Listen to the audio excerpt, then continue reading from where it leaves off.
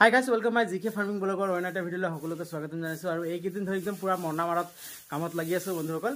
আজি আপোনালোকক মই মৰণা মাৰা দৃশ্যবিলাক বিশেষ দৃশ্যবিলাক আজি আপোনালোকক দেখাম। ঠিক আছে বন্ধুসকল, আৰু ইয়াতে আছিল মানে এইটো হৈছে আমাৰ ঘৰৰ আপোনাৰ ফণ্ডত, আৰু এই দুখতে মানে আৰু ডাঙৰি ধানবিলাক ইয়াতে থোৱা হৈছিলে, বাহিৰতে থোৱা হৈছিলে, যেহেতু মানে এই কেইদিন মানে অলপ বতৰো বেয়া কৰি আছিলে, তো সেইটো কাৰণে ইয়াতে থ'বলগীয়া হ'ল।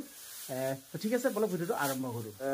ইয়াৰ পৰা ধানবিলাক নি থকা হৈছে, পিছফালে চোতাল আছে, তো পিছফালে দেখুৱাইছোঁ আপোনালোকক। এয়া আৰু 4-5 মানমান মৰণা মৰা হৈছে, ধান ইমানটো গোট খাইছে। আৰু এতিয়া আপোনালোকক গোটেই ঘৰটো মানে ধান হৈ আছে, আৰু উপায় নাই, আৰু খেতি কৰা ঘৰবিলাক এনেকৈ থাকে আৰু বন্ধুসকল নহয় জানো। এতিয়া চাওক, আৰু ইয়াতে এতিয়া আৰু মৰণা দিয়া হ'ব। ৰাতিপুৱা ধৰি পূৰা লাগি আছোঁ।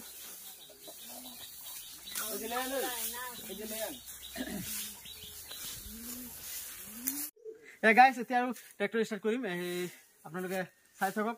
1 মাহ হ'ব, তো গতিকে এতিয়া ষ্টাৰ্ট কৰাৰ আগতে বেটিয়ে কৈছে কি মানে মই অকণমান পাপা ট্ৰেক্টৰত উঠিম, তো গতিকে তাইকো অলপ উঠাই লৈছোঁ। আৰু এইপিনে আমাৰ ড্ৰাইভাৰ আছে, মিণ্টুমেন ড্ৰাইভাৰ অনিল পাটৰ, সি আমাৰ ঘৰত আৰু অকণমান কামত সহায় কৰি দিয়ে। আৰু এইপিনে আমাৰ ভাইটি আছে। ঠিক আছে বন্ধুসকল, তো এনেকৈ মানে ট্ৰেক্টৰত মানে পোৱালিবিলাক উঠাওঁতে অলপ বৰ স্পীডকৈ চলাব নালাগে, যিহেতু মই আপোনালোকক ভিডিঅ'ৰ যোগেদি মই এনেকৈ দেখুৱাইছোঁ যে আপোনালোকে এইটো নহয় যে ল'ৰা পোৱালিক লৈ যে এনেকৈ মৰণা মাৰিম, সেইটো নহয়। কিছুমান মানে ৰিক্সি থাকে।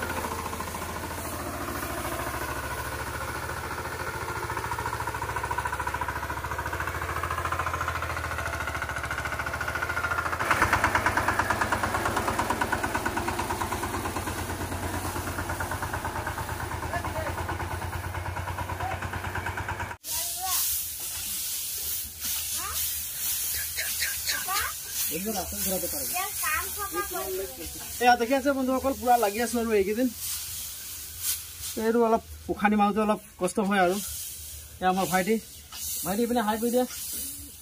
এইটো আমাৰ ভাইটিও পুৰা লাগি আছে, ময়ো লাগি আছো, আৰু কি কৰিম হয় নাই।